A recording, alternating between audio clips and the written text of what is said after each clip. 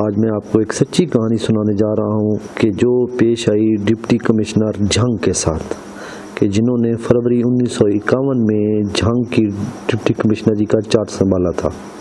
میرے سامنے 6 درخواستوں کا پلندہ پڑا ہے۔ یہ درخواستیں ایدو ولد چینا، قوم جوگی، سابق سکنہ موہن ماجرا، تحصیل روپڑ، حال مقیم موزہ روڈو سلطان، تحصیل شورکوٹ، ضلع جھنگ کی ہیں، جو اس نے گورنر پنجاب، وزیر اعلیٰ پنجاب، عزت مآب وزیر بحالیات، فائنانشل کمشنر اور ڈپٹی کمشنر کے نام بذریعہ رجسٹری ارسال کی تھی۔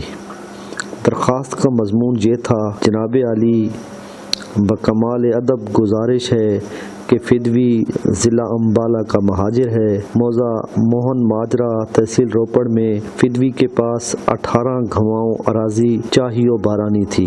فدوی نے کلیم فارم داخل کیے تھے لیکن کسی وجہ سے خالی واپس آ گئے۔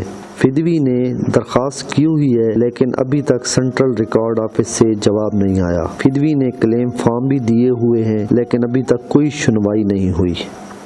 موضع روڈو سلطان، تحصیل شورکوٹ، ضلع جھنگ میں فدوی کو 12 گھواؤں متروکہ اراضی عارضی طور پر الاٹ ہوئی تھی۔ فدوی 4 سال سے اس پر قابض ہے اور فصل برداشت کر رہا ہے۔ فدوی لگان بھی باقاعدگی سے ادا کرتا رہا ہے، لیکن اب پٹواری بطمع نفسانی یہ زمین کسی اور مہاجر کو الاٹ کر رہا ہے۔ جناب عالی، اگر فدوی کی الاٹمنٹ ٹوٹ گئی تو فدوی کا کنبہ فاقوں سے مر جائے گا اور دوسرا کوئی ذریعہ معاش نہیں، فقط کھیتی باڑی پر گزارا ہے۔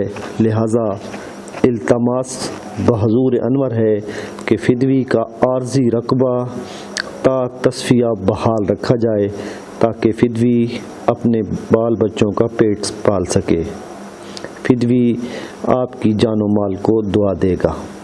لاٹ صاحب، وزیر اعلیٰ، وزیر مہاجرین، فائنانشل کمشنر اور کمشنر کے دفاتر سے یہ درخواستیں یک کے بعد دیگرے ڈپٹی کمشنر کے پاس برائے مناسب کارروائی آتی گئیں۔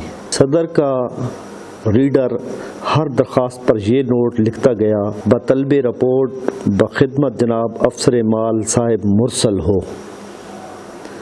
ڈی سی صاحب نے تیز رفتار مشین کی طرح اپنے دستخط کیے اور درخواستیں بطلب رپورٹ افسر مال سے تحصیلدار، تحصیلدار سے نائب تحصیلدار، نائب تحصیلدار سے گرداور، قانون گو اور قانون گو سے اسی پٹواری کے نام چلتی گئیں جو طمع نفسانی اس الاٹمنٹ کو منسوخ کرنے کے در پہ تھا۔ پٹواری حلقہ نے 6 کی 6 درخواستوں کو جمع کر کے رجسٹر میں نتھی کیا اور پھر درخواست دینے والے ایدو کو طلب فرمایا: ایدو بھائی، اب تم بہت اونچا اڑنے لگے ہو، لو جی کھل کر اڑ لو۔ پٹواری صاحب نے درخواستوں کا پلندہ رجسٹر سے نکال کر ایدو کے منہ پر دے مارا۔ ایدو کا منہ حیرت سے کھلے کا کھلا رہ گیا۔ لاٹ صاحب، وزیر اعلیٰ، وزیر مہاجرین، فائنانشل کمشنر اور ڈپٹی کمشنر کی ساری تجلیاں اس وقت پٹواری صاحب کی ذات میں مرکوز ہو گئی تھیں۔ اب تم یہ درخواستیں جھنگ، ملتان یا لاہور لے جاؤ۔ پٹواری نے عرضیوں کو رجسٹر میں دوبارہ نتھی کرتے ہوئے کہا، اور ان کی بتیاں بنا کر اپنے سالے باپوں کو دے آؤ۔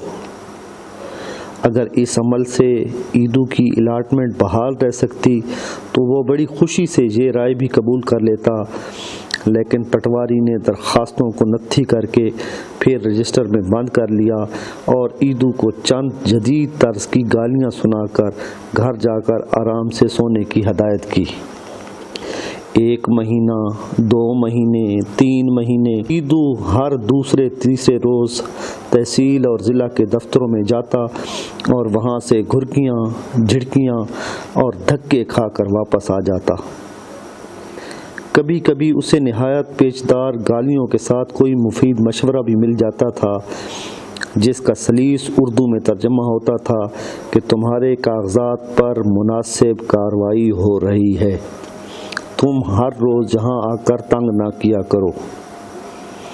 اس ہیرا پھیری اور مشوروں کی تلاش میں اس کے برتن اور بیوی کے سارے زیور بھی بک گئے۔ اب بیلوں کے جو جوڑی تھی اس کی باری تھی، لیکن پٹواری صاحب نے بر وقت فیصلہ کر کے ایدو کو اس مشکل سے بچا لیا۔